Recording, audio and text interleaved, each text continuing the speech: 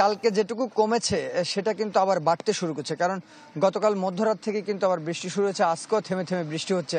আর একটি বিষয় হচ্ছে সেনবাগ দিয়ে, আমরা আরও আগেও জানাচ্ছিলাম যে সেনবাগ হয়ে কিন্তু ফেনীর যে পানিগুলো সেগুলো সিলোনিয়া খাল হয়ে এদিকে ঢুকার কারণে কিন্তু পানি বাড়ার সংখ্যা আরও একটু বেশি রয়েছে। ইতোমধ্যে কিন্তু সেনবাগের বেশ কয়েকটি নতুন নতুন এলাকাও কিন্তু প্লাবিত হয়েছে। এর পাশাপাশি বেগমগঞ্জেও একই পানি ঢুকছে, যেটা চাটখিল এবং সোনাইমুড়ির দিকেও কিন্তু সেই সিলোনিয়া হয়ে যে পানিগুলো সেগুলো কিন্তু আবার বাড়তে শুরু করেছে। এটা একটা শঙ্কার বিষয়। পাশাপাশি বৃষ্টি তো থামছে না, সকাল থেকেই কয়েক দফায় কিন্তু বৃষ্টি হয়েছে। এখন এই বৃষ্টি এবং ফেনীর যে বন্যার পানি গড়িয়ে আসছে, ফলে হচ্ছে পানি বাড়ার আরেকটু শঙ্কা কিন্তু মানুষের মধ্যে বাড়ছে প্রতিনিয়ত। তো আমরা এই যে সকালে কয়েকটি জায়গায় গিয়েছি, কিছু উঁচু জায়গা আছে যেগুলো থেকে হয়তো পানি কিছুটা সরেছে।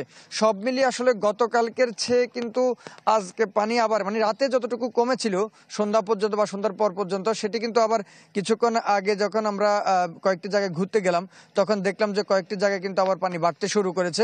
সেটি আসলে যদি বাড়ে তাহলে কিন্তু হয়তো যদি ফেনীর যে পানিগুলো সেগুলো যদি কন্টিনিউ আসতে থাকে তাহলে পানি আরো অনেক বেশি বাড়বে, এমনটাই শঙ্কা করছে এখানকার যারা বাসিন্দা রয়েছে তারা। সুমন, আপনাকে ধন্যবাদ। দর্শক, নোয়াখালী থেকে যুক্ত হয়েছিলেন সুমন ভৌমিক। আমরা চলে যেতে চাই চট্টগ্রামে, আছেন ফখরুল ইসলাম।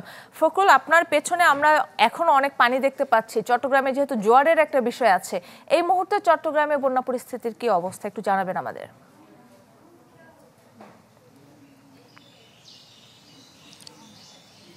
কাকলি, আমরা এই মুহূর্তে আছি চট্টগ্রামের মিরসরাই উপজেলার করেরহাট ইউনিয়নে। এই গ্রামটির নাম হচ্ছে জয়পূর্ব জোয়ার।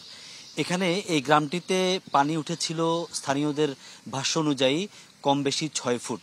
পানি নামতে শুরু করেছে এখানে।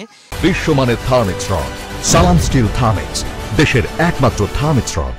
এখানে আপনি যেটা বলছিলেন জোয়ার ভাটার, এই অঞ্চলে অবশ্য জোয়ার ভাটার বিষয়টি জড়িত নেই। জোয়ার ভাটার বিষয়টি মূলত জড়িত আছে চট্টগ্রাম নগরের আশপাশের উপজেলা কিংবা জনপদগুলোতে।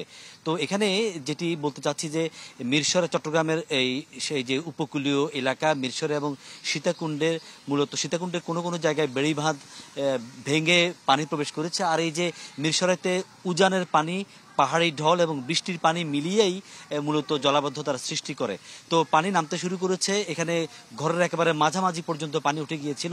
এখানকার মানুষজন আশ্রয়কেন্দ্রে গেছেন, তারা এখন ফিরতে শুরু করেছেন। কিন্তু এখন হচ্ছে বন্যা পরবর্তী যে ক্ষত চিহ্ন সেগুলো ফুটে উঠছে এবং এই ক্ষত চিহ্নগুলো সরানোই এখন অনেক বড় চ্যালেঞ্জ।